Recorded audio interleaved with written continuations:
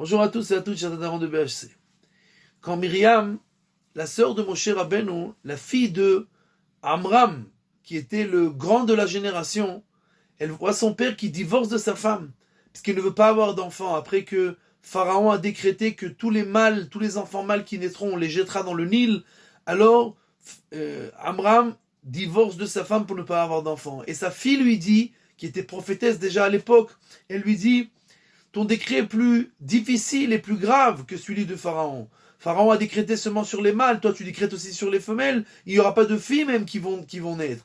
Toi, Pharaon a décrété dans ce monde-là que les enfants qui naissent, on les met à mort, mais toi tu décrètes aussi dans le monde futur. Puisque en fait, une âme qui ne descend pas dans ce monde-là, alors elle n'a pas droit au monde futur. Mais qu'est-ce qu'elle veut dire par là? Myriam veut dire par là que même un enfant qui naît et qui est mis à mort juste après, ou chas v'shalom qui a une maladie ou quelque chose et qui décède tout de suite après la naissance, alors il a le olam haba. Et quand il ne naît pas, il n'a pas la possibilité d'avoir le olam haba, le monde futur. Et donc ton décret est plus dur que celui du pharaon.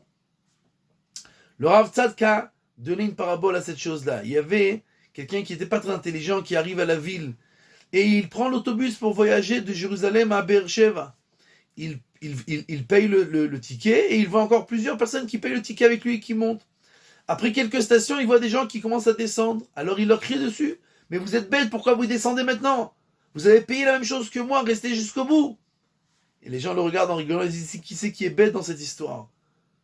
Nous, c'est notre station, on est arrivé à notre destination, qu'est-ce qu'on a besoin de rester jusqu'au bout? De la même manière, chaque personne qui part de ce monde-là, il est arrivé à sa station.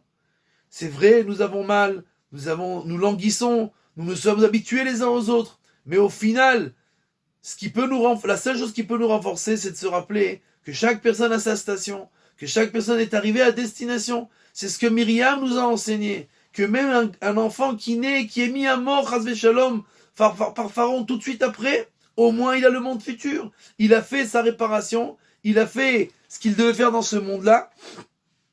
Et s'il est descendu et qu'après, au final, il est parti à tel ou tel moment, alors, il est arrivé à sa station. Et ça nous donne de la force pour